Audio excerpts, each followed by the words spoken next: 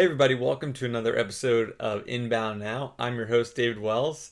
Before we get started with the show, there's a quick announcement, and this is the first ever commercial on Inbound Now. I don't know if you'd actually call it a commercial or not, but we recently just launched our first premium WordPress plugin, and it's called the Contextual Calls to Action plugin.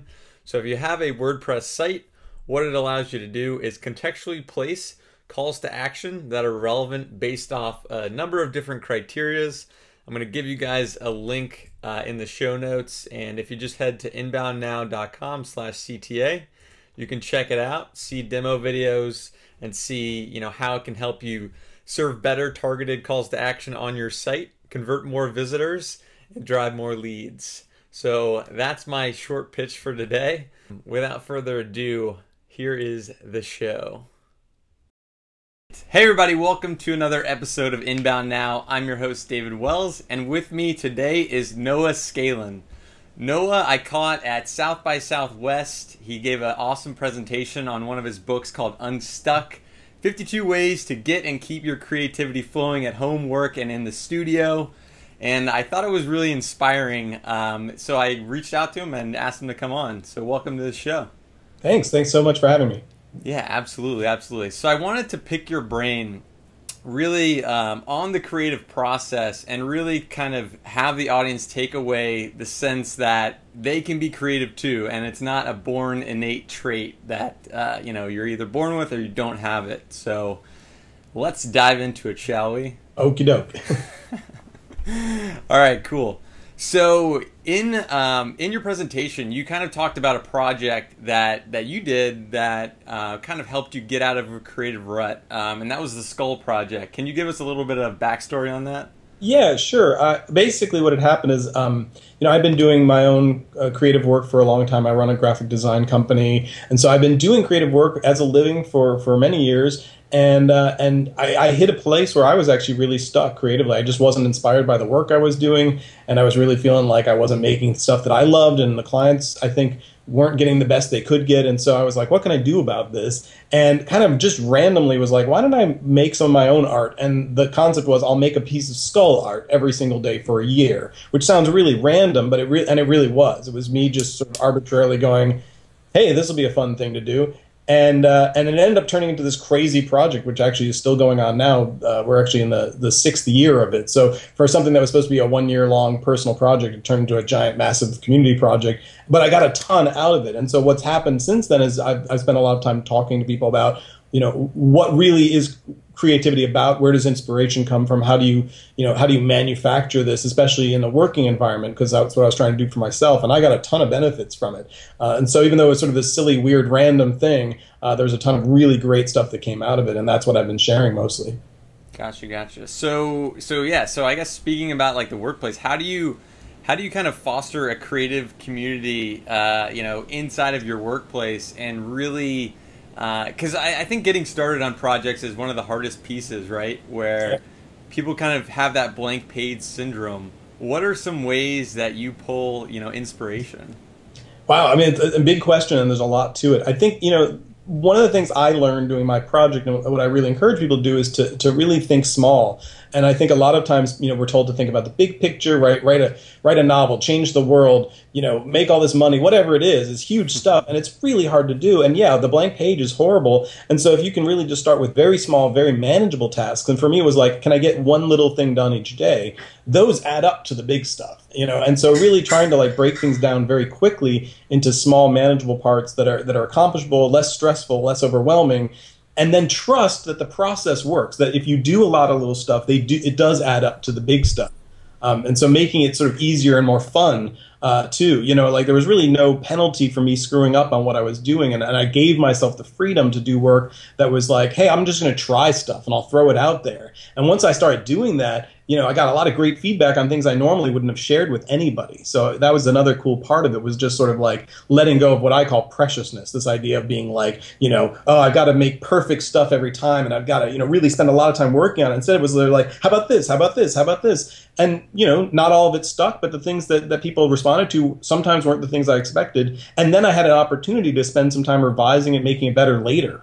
instead of trying to get it right the first time and spending all of my time on one idea that may not have turned out to be the best idea.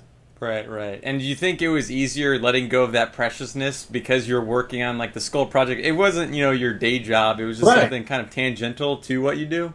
Absolutely. I mean, in many ways, like what was cool that what I discovered was that by doing my own project, my client work got better because I was even holding less preciousness about their work because then I was like, hey, I'm channeling my energy this way, so I'm not going to fight them as much about the things I'm making for them, but they're benefiting too because the work I'm making I can use as examples for stuff that they can see, hey, you're capable of this. They didn't know I could make some of the stuff I made until they saw me do it. You know what I mean? I knew I had potential within me to do really great work, but my clients only knew what they'd ever seen me do or what I'd done for them already. So it was a really cool sort of relationship that was created, but absolutely by making it a side project, a little fun thing, I got a lot out of it on that level and on the client level.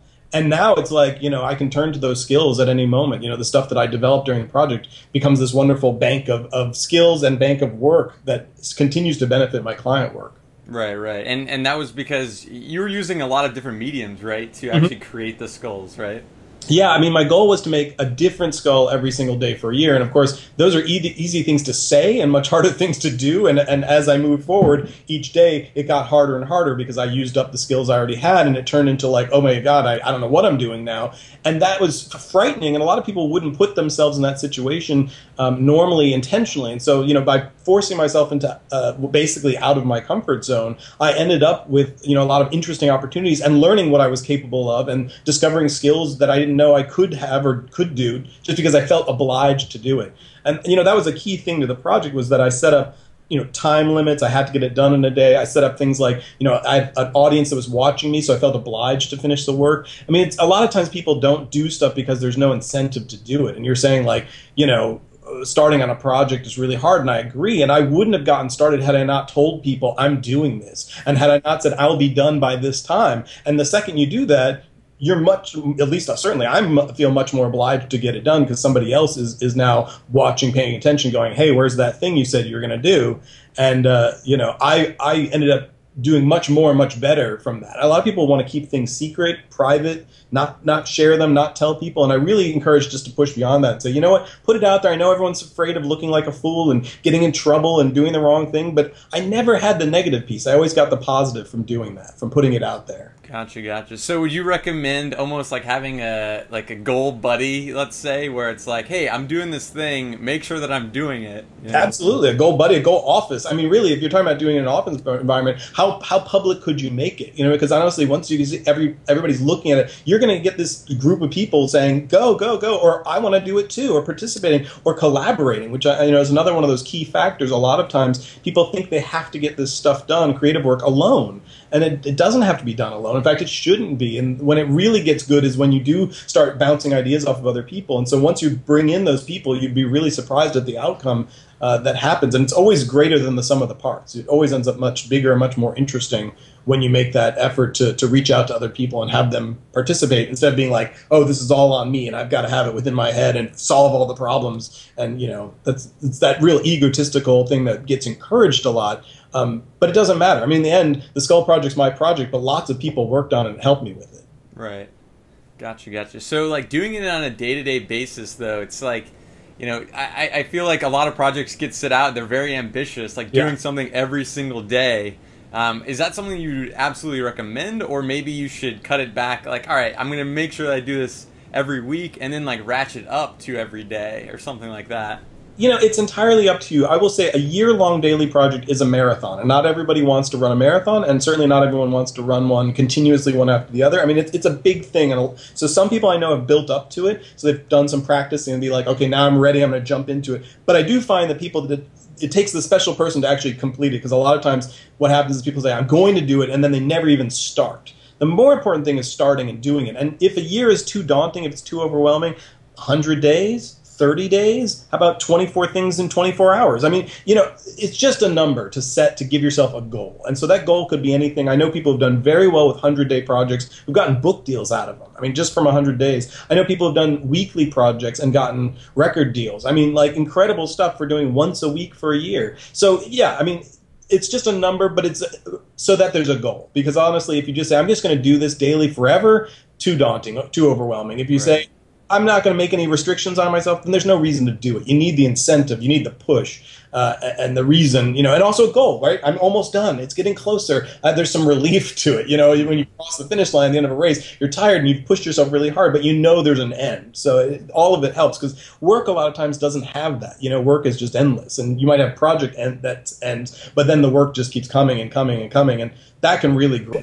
I'll tell you, one thing I've discovered is I've talked to hundreds of people who've done daily projects or year-long projects, either the 100-day, 30-day, weekly, and across the board, they've said that within the first basically 2 weeks, their lives have been transformed by the commitment to daily practice.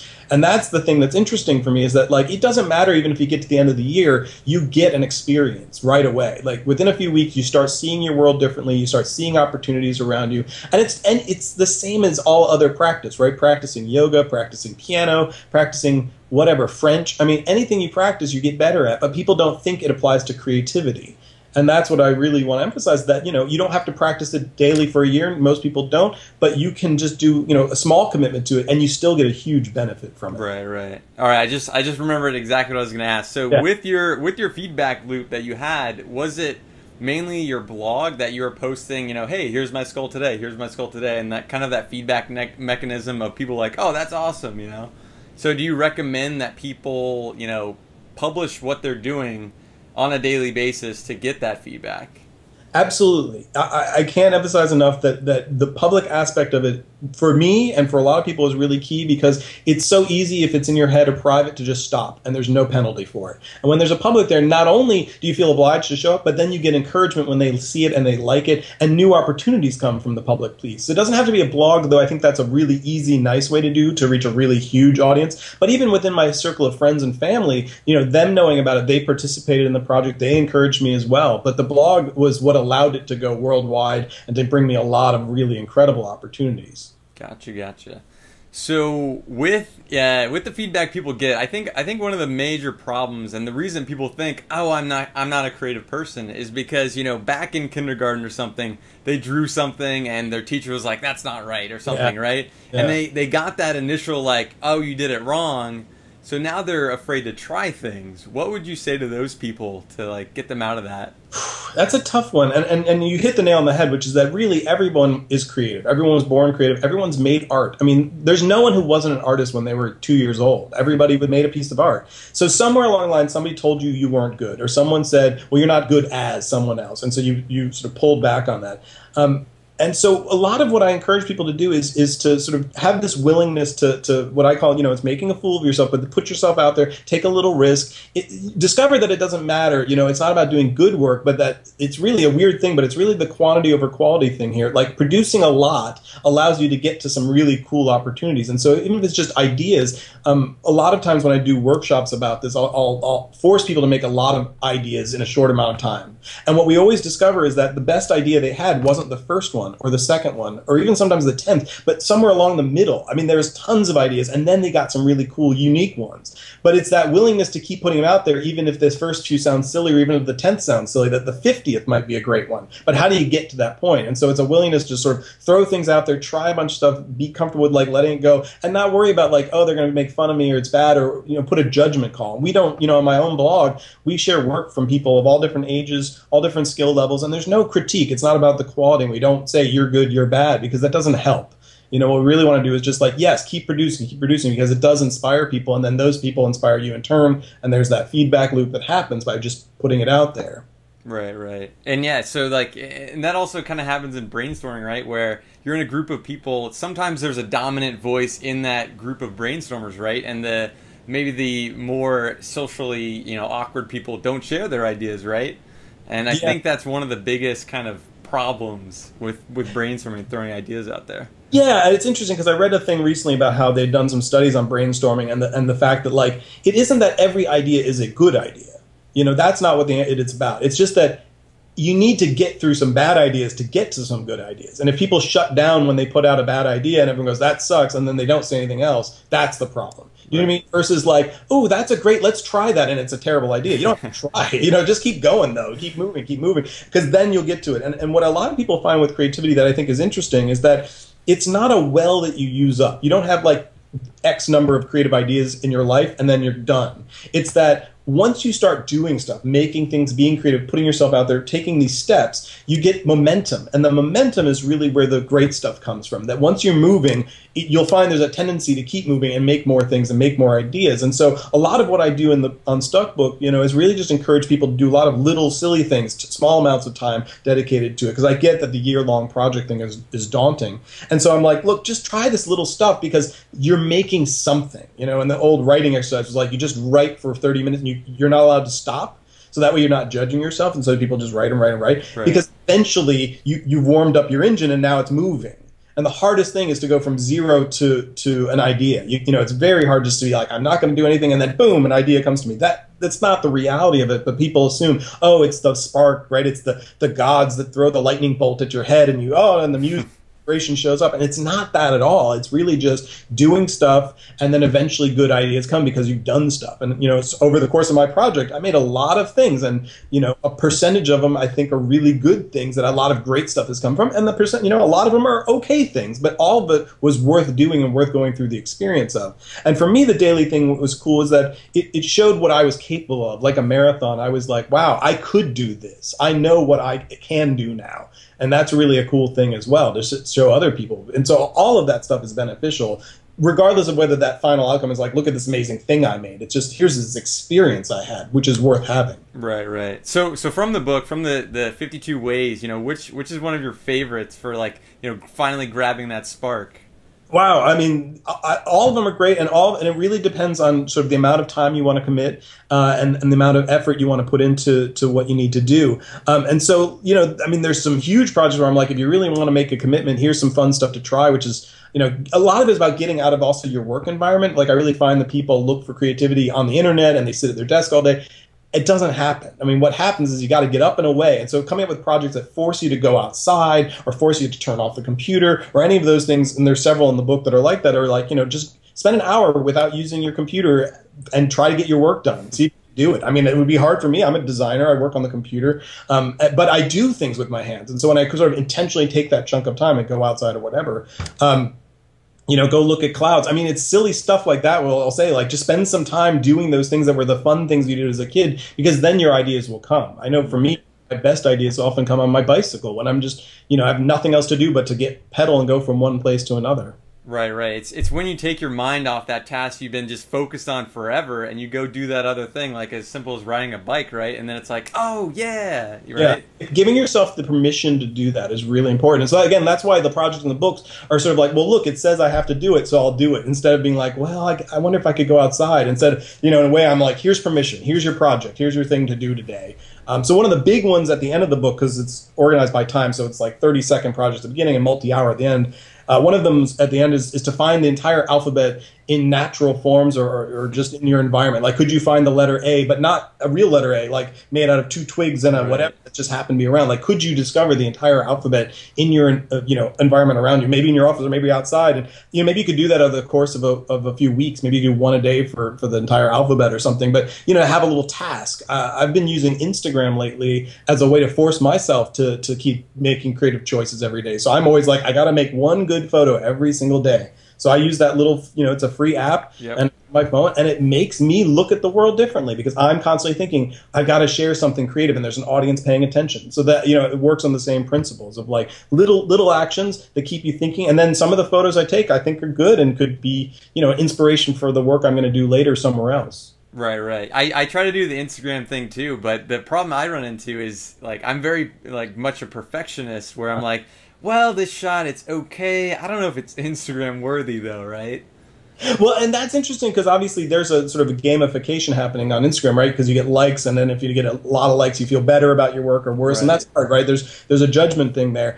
The thing for me about the daily process and about a lot of the stuff is like the permission to like just do whatever is to just get it done. Like getting it done is the important part. And so like even Instagram is like, yeah, there's better and worse photos for me, but there's always going to be another one for me the next day. Like I know, like even if today's is a flop, I'm going to make another one tomorrow, and that's going to be everyone's going to know this one. And so there's a little like lessening of the impact. Like this is my one only chance to get this right. And I think that happens a lot where people are like, I've got to put all my energy into this one project, and then they get to the end and it was like, and it's okay. Whereas if I put, 100 projects out there, maybe one will stick and be good. And so what if 99 were not the best? Nobody's going to remember those. They're going to remember the great one that at least I got to because I put it out there and because I kept making stuff. Right, right. And then that great one is the one that you're showcasing, right? Exactly. Absolutely. Yeah. Gotcha, gotcha. Awesome, awesome. Well, these have been some awesome tips. Where do you go for your inspiration? Like, do you read up certain blogs, or is it really just kind of different activities that you do away from the internet? I definitely read a lot of blogs. I do find that there's a tendency to get sort of inspiration overload online, because if I look at too much other people's work, I don't feel good. I feel bad because I'm like, oh, they are all making awesome stuff and I suck. And like, you know what I mean? Because you're seeing this conglomeration of either lots of people's work, which is like, oh, look at all this great work I'm not doing, or it's one person's work over their entire history. It's like, here's everything they've ever made. And then you're like, I didn't make all this stuff. And so that stuff can be daunting. And so what I tend to be like is really like, I get a lot of inspiration from travel, going to new environments, new places. I'm always trying to put myself in unusual situations. If I can get out of the country, especially, that's always great. But even just little bits of travel. So for me, it's always like, how can I get out of my comfort zone in terms of my environment, the workplace I'm in, daily in little ways, weekly in bigger ways, monthly, yearly in bigger ways. But that, for me, just constantly trying to expose myself to new things, but not necessarily in the traditional, like, it doesn't have to be a museum, and it doesn't have to be, a place for inspiration or books that are like, collections of it. Just being, it could be, for a lot of people, could be going to nature and just getting the opposite of what they're dealing with all the time. Right. And even small amounts of time, like I say, the bicycle is amazing, because what happens is, because I don't listen to music on the bike and because I have to focus so I don't get hit by a car, like my brain is given a chance to do some processing in the background, and so it's that kind of like, putting myself in places where I'm just relaxed and enjoying myself, and the back of my brain does the work that it needs to do, which I can't do if I'm trying to force it, or if I'm like staring at a computer screen, which it definitely doesn't do. Right, right. Awesome, awesome. Yeah, so Noah, where can people find you online? They can, boy, there's a bunch of places, but I'm going to say go to makesomething365.com. And that's the website that's associated with the Unstuck book and my Make Something 365 book. And there's a ton of inspiration on there. And I always encourage people, if they do their own projects, any length of time, to send them to me and share them, because I love to share those with other people and, again, continue that inspiration loop. And if you want to see all the skulls I made, you can go to skulladay.com. And at the top it says Original 365, and that'll show you all the ones that I made in my year. And I hope it encourages people to try some stuff, to do some wacky things. Give themselves the permission. I give you the permission to, be silly, try something, do little thing, don't stress yourself out. It's not supposed to be, creativity is supposed to be fun. And I think, a lot of people forget that, and that even in the most serious work needs this. The equation I say to people is that, a lot of people are like, well, why do you want to be creative? I'm not an artist. I don't make creative work. But creativity leads to inspiration, and inspiration leads to innovation, and everybody wants innovation right now. That's how business survives. So if you want innovation, you want creativity. So that's the thing that you want to encourage and foster. Gotcha, gotcha. Awesome. Well, thanks for coming on the show. I really appreciate your time. Thanks for having me. I really appreciate it.